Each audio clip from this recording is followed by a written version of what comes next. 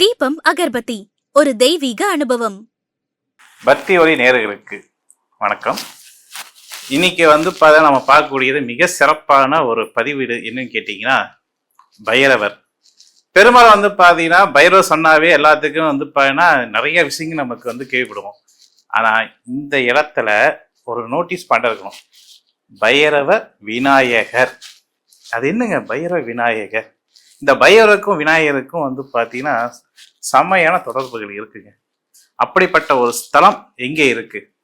நம்ம திவ்ய தேசத்துல தமிழ்நாட்டில் தில்லையடி சொல்லக்கூடிய நாகை மாவட்டம் தாரகப்பாடி பகுதியில் ஒரு கிராமத்தில் தில்லையடி என்ற ஒரு பேருடைய கிராமம். அந்த கிராமத்தில் பார்த்தீங்கன்னா பைரவர் விநாயகர் சொல்லக்கூடிய விநாயகர் கோயில் இருக்கு. அந்த கோயிலுக்கும் இப்ப இந்த பதிவுக்கும் என்னையா சம்பந்தம் அப்படின்னு கேட்குறீங்களா? நிச்சயம் உண்டுங்க. அது என்னன்னு கேட்டீங்கன்னா, பெரும்பாலும் விநாயகர் சொன்னாவே பார்த்தீங்கன்னா முதல் கடவுள், அந்த கடவுளிட போய் கோரிக்கையை வைக்கலாம் அப்படின்னு சொல்லுவாங்க.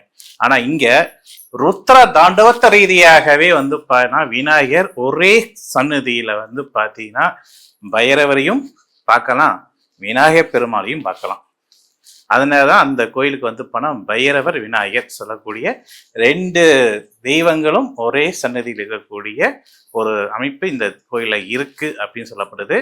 முக்கியமாக சரி, இந்த கோயிலை அப்படி பணம் சொல்லிட்டீங்க சார், இந்த கோயிலுக்கு யார் யாரெல்லாம் போய் வழிபட்டா என்ன மாதிரியான பலன் நமக்கு கிடைக்கும்?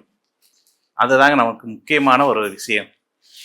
பெரும்பாலும் நமக்கு பிள்ளைகளுடைய கல்வியில பார்த்தீங்கன்னா பெற்றவங்க பார்த்தீங்கன்னா முக்கியத்துவம் கொடுக்குறாங்க.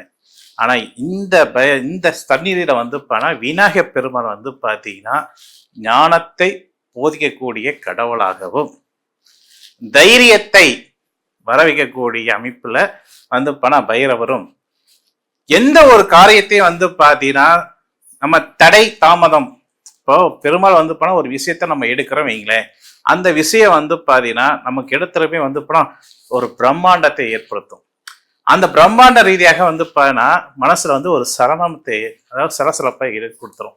இது காரியத்தை நம்ம எடுக்க போறோம், இந்த காரியம் நமக்கு சக்சஸ் ஆக முடிப்போமா முடிக்க மாட்டோமா, இதன் மூலியமா பல பிரச்சனைகளை சந்திக்க மாட்டோமா அப்படின்னு பல குழப்பங்கள், பல வித்தியாசம் நம்ம உடம்புல என்ன அலப்பாயிரு பார்த்தீங்களா? அந்த அலப்பாயிரக்கூடிய தன்மையிலும் இந்த ஸ்தலத்துக்கு போனாவே நல்லபடியாக முடிக்குமானா நிச்சயம் முடிக்க முடியும். சரி, இப்போ நம்ம படிக்கக்கூடிய மாணவ மாணவிகளுக்கு வந்துடுவோம். இந்த மாணவ மாணவிகளுக்கு பார்த்தீங்கன்னா இவங்க எப்படி இந்த விநாயகரை வழிபட்டா எப்படிப்பட்ட நன்மைகள் ஏற்படும் அப்படின்னு கேட்டிங்கன்னா, இதுதாங்க ஒரு விஷயமே இருக்கு. வாசனை சம்பந்தப்பட்ட திரிவங்கள். ஏன் இந்த வாசனை சம்பந்தப்பட்ட திரிவங்கள் எல்லா கோயிலுக்கும், அது முக்கியமாக கருவறை இருக்கக்கூடிய தெய்வங்களுக்கு ஏன் இந்த முக்கியமாக இந்த வாசனை திரிவங்களை சேர்த்துறாங்க அப்படின்னு கேட்டிங்கன்னா, அந்த இடத்துல பவர்ஃபுல்லான ஒரு காந்த சக்தியானது இருக்கும். அந்த காந்த சக்தியானது கதிர்வீச்சுகளாக நம்ம உடம்புல பார்த்தீங்கன்னா படப்பட நம்மளுடைய எனர்ஜிகள் பார்த்தீங்கன்னா சோர்வு தட்டிடும். அதை பார்த்தீங்கன்னா பாசிட்டிவ் பண்றதுக்கு தான் இந்த வைப்ரேஷன் சொல்லக்கூடிய வசிய பொருள்கள்.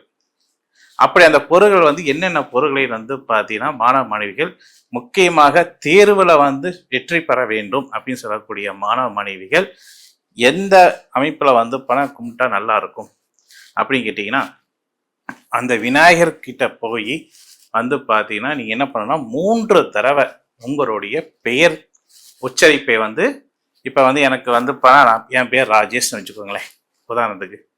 அந்த கோயில்கிட்ட போய் அந்த விநாயகர் முன்னாடி நின்று நான் ராஜேஷ் வந்திருக்கிறேன், நான் ராஜேஷ் வந்திருக்கேன் அப்படின்னு ஒரு 3 தடவை அந்த ஒரு தோரணையோட கம்பீரமாக கம்பீர குரலோட நீங்க பார்த்தீங்கன்னா அந்த 3 தடவை உங்களோட உச்சரிப்பை கொடுத்துட்டு, சதய நட்சத்திரம் கும்பராசி, சதய நட்சத்திரம் கும்பராசியில் இருக்கக்கூடிய என்னுடைய பெயருடைய ராஜேஷ் ஆகிய நான் உன்னுடைய அருளோட நான் இங்க காட்சி எனக்கு நீ காட்சி தர வேண்டும் அப்படின்னு சொல்லி அவர்கிட்ட போய் சரணகடி அடிக்கிறது. அதாவது கம்பீர தோரணையில போய் சரணகடி அடிச்சா எப்படிப்பட்ட சாந்தமான தெய்வங்களையும் நம்மளை பார்க்க வைக்கக்கூடிய ஒரு திறனை இந்த ஆலயத்தில் உண்டு அப்படின்னு சொல்லப்படுது.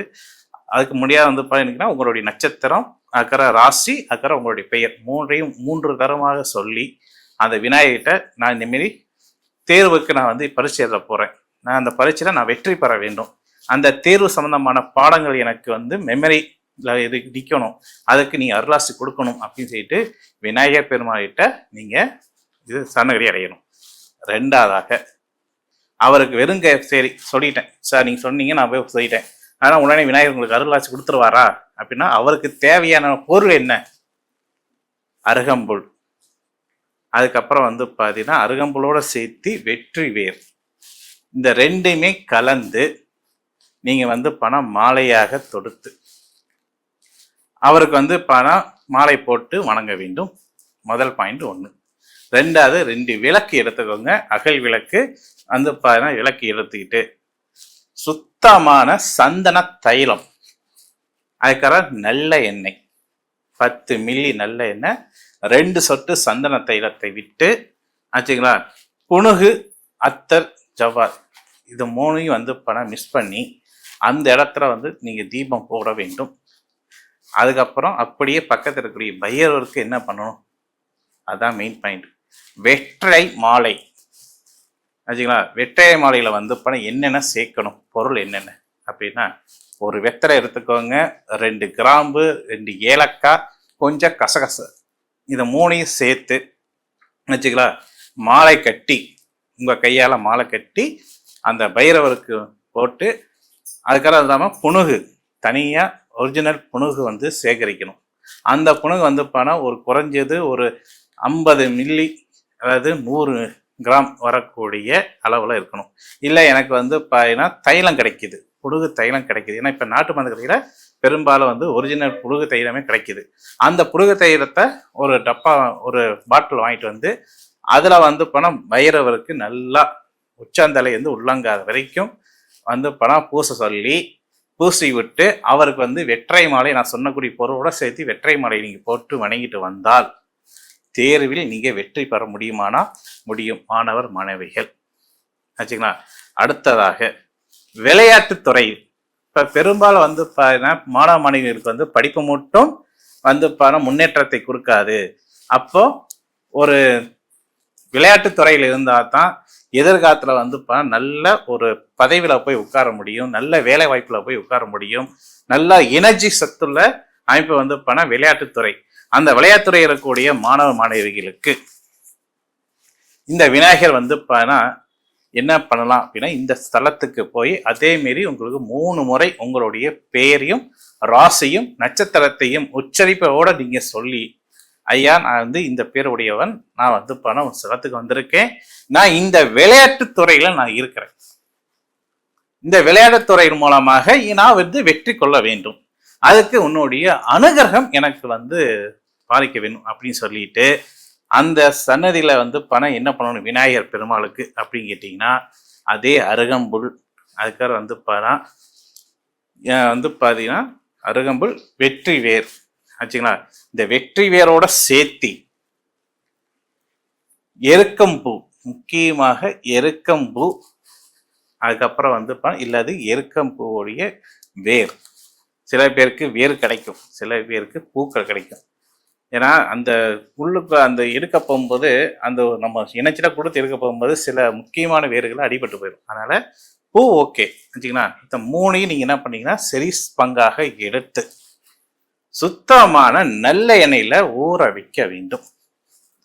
ஊற வச்சு நீங்க என்ன பண்ணணும் அப்படிங்கிறீங்கன்னா எருக்கம்பூ இலையில வச்சுங்களா மண் விளக்குல வந்து பார்த்தீங்கன்னா அந்த சேர்த்தி வச்ச அந்த அனைத்து இதுவுமே எண்ணெய் வந்து ஊறின எண்ணெயில தீபங்கள் போட வேண்டும். அதுக்கப்புறம் வந்து புனுகு அப்புறம் ஜவ்வாது இது 2ஐயும் மிஸ் பண்ணி அந்த விநாயகர் பெருமாளுக்கு அபிஷேக பொருளாக கொடுக்க வேண்டும். அப்படியே பைரவருக்கும் சேர்த்தி நீங்க செய்து வரப்போகும்போது நிச்சயம் இந்த மாற்றங்கள் உங்களுக்கு வருமானா நிச்சயம் வரும். ஒரு துறையில நீங்க வந்து வெற்றி பெறலாம், விளையாட்டுத்துறையில நல்ல வெற்றி பெறலாம், உங்களுக்கு நல்ல ஒரு மதிப்பெண் உங்களுக்கு வந்து சேரும். இது மாணவ மாணவிக்கு. சரி சார், என் பிள்ளைகளுக்கு நல்ல கருத்துள்ள விஷயங்கள் சொல்லிட்டீங்க, அப்படி எங்களுக்கு கொஞ்சம் சேர்த்தி சொல்லுங்க சார். பெற்றவங்க நீங்க இருக்கிறீங்க, உங்களுக்கு தெரியும். ஏன்னா இந்த நிகழ்ச்சி பார்க்க போகும்போதே உங்களுக்கு அந்த ஒரு ஆர்வம் வந்திருக்கும். எப்படி எனக்கு தெரியும். அந்த பெற்றவங்களுக்கு எதிர்பார்வையில நன்மைகள் கிடைக்க வேண்டும். எடுக்கிற ஒவ்வொரு விஷயங்களும் எனக்கு வந்து பணம் பயமாக இருக்கு.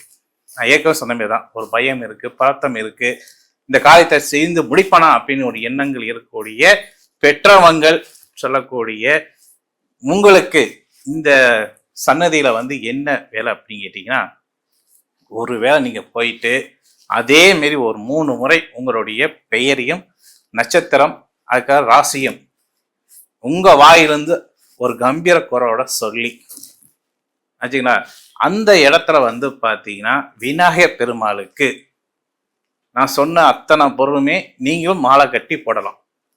சரிங்களா, அதாவது வெற்றி வேறு, அருகம்புல், அதுக்கு எருக்கம்பூ அல்லது எருக்கம்பூவுடைய வேர்கள் கிடைத்தால் அதை வந்து பணம் மாலையாக கட்டி நீங்க வந்து பணம் விநாயகருக்கு தொடுத்து போடணும்.